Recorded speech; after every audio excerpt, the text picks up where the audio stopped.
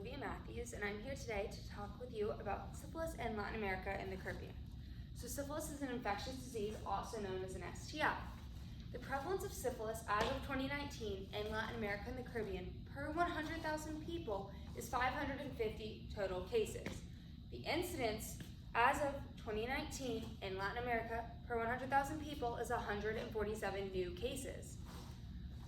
Here on the left, you can see a reemergence of syphilis in 2019, bringing us to the 147 cases, backing up why syphilis is a problem in Latin America and the Caribbean. Here we have the global to Latin America comparison of syphilis cases. So in the LAC, we see a 10.3% increase of prevalence, and globally we see a 6% increase of prevalence, showing why Latin America and the Caribbean is specifically at a higher risk.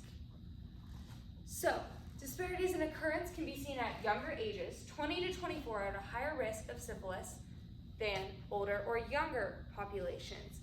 Female sex workers are at a higher risk of syphilis, coming in with a 5% prevalence rate within the population.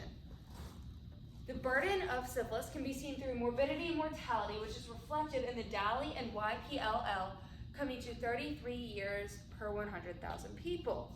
Now, the economic burden can be seen through testing in Latin America and the Caribbean, on average costing about $10 US, and treatment costing about $608 US.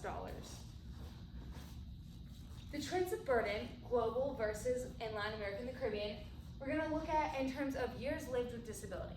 So, globally, we see that in 2019, 0.36 years per 100,000 people was the rate, whereas in Latin America and the Caribbean, 0.48 years per 100,000 people, showing that there again, there's a higher risk in Latin American and Caribbean communities than globally. We see higher morbidity and mortality reports in transgender women than in others. We also see that men have a higher YPLL than females, coming in at 37 years versus 27 years. Now, the projected impact. What's next? The World Health Organization states that they hope to reduce syphilis cases by 90% by the year 2023. Now, this is a brave assumption to make considering the impacts of the COVID-19 pandemic, which Latin America and the Caribbean is specifically still suffering from, as well as the everlasting social stigmas. Determinants. Here we're going to focus more on congenital syphilis. So, living within an area that has higher access to prenatal care increases the likelihood of identifying syphilis cases, increases treatment likelihood, which therefore reduces mother-to-child transmission or congenital syphilis. Living in an urban area places one at higher risk of congenital syphilis because there's a higher population density, which is an increased risk that mothers have sexual relations with someone who has syphilis. Now, a commitment to addressing these problems is what I'm hoping to communicate here today is the ultimate protective factor. The health inequity I specifically want to hone in on is female sex workers. So we have the 5% that I discussed earlier today.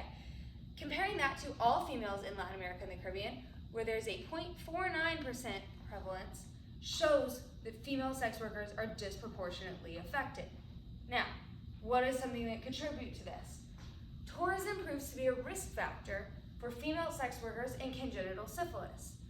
Historical employment and social stigma of female sex work and tourism, along with pregnancy rates of female sex workers in areas of high tourism, all come together to create the risk that in areas of high tourism, there's a higher likelihood of a female sex worker contracting syphilis and a higher likelihood of a female sex worker becoming pregnant, combining to there being a higher risk of congenital syphilis.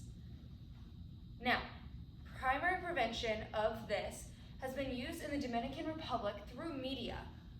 Media such as comic books targeting high-risk groups of syphilis and communicating your rights and how to approach situations in order to reduce. Methods like this is how we can help to reduce syphilis via protective factors. Now, that's all the time I have today. Thank you.